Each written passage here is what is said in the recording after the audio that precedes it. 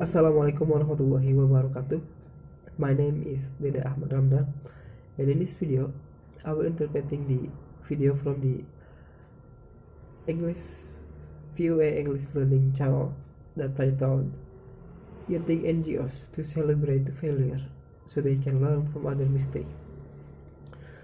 This video is made to fulfill the final task on the simultaneous interpreting course by Mr. Adang Saihu in 5B class, and I hope I perform well and there's not many mistakes.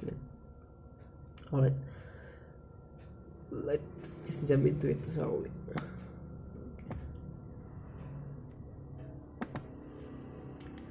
I'm Alex Villarreal with the VOA Special English Development Report. Week after week, we bring you stories about projects to improve lives in the developing world. Projects like banking by mobile phone, or low-cost lighting systems, or even a toilet bag that recycles itself into fertilizer. But for every success story, there are countless other projects that fail. These are the stories that people talk about at an event called Fail Fair.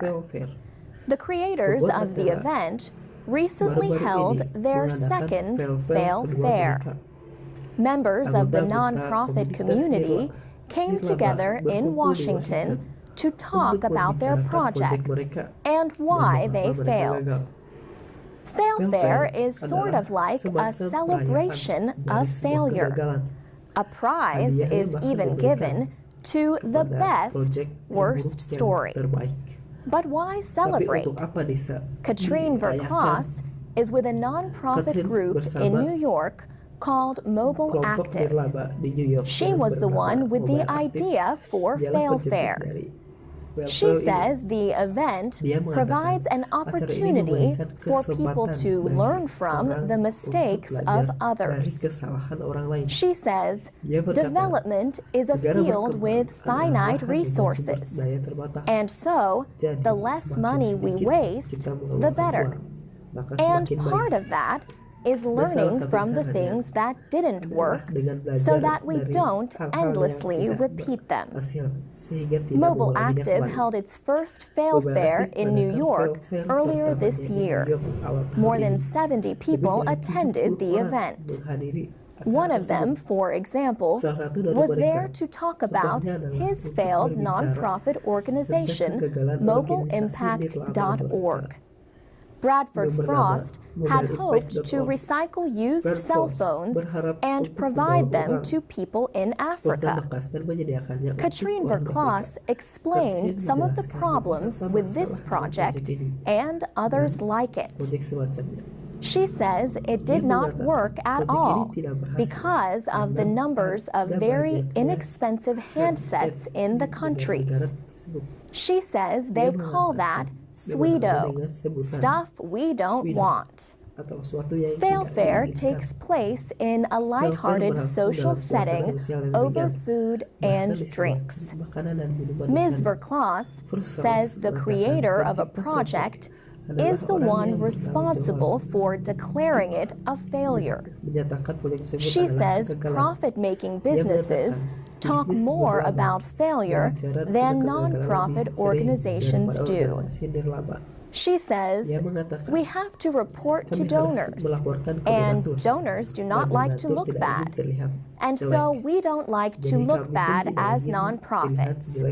And so we have a tendency to highlight our successes and never talk about our failures. Katrine Verklas says she hopes Fail Fair will change this problem over time.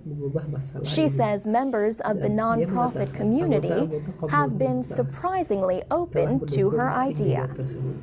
For VOA Special English, I'm Alex Villarreal. Transcripts and MP3s of our reports are at voaspecialenglish.com.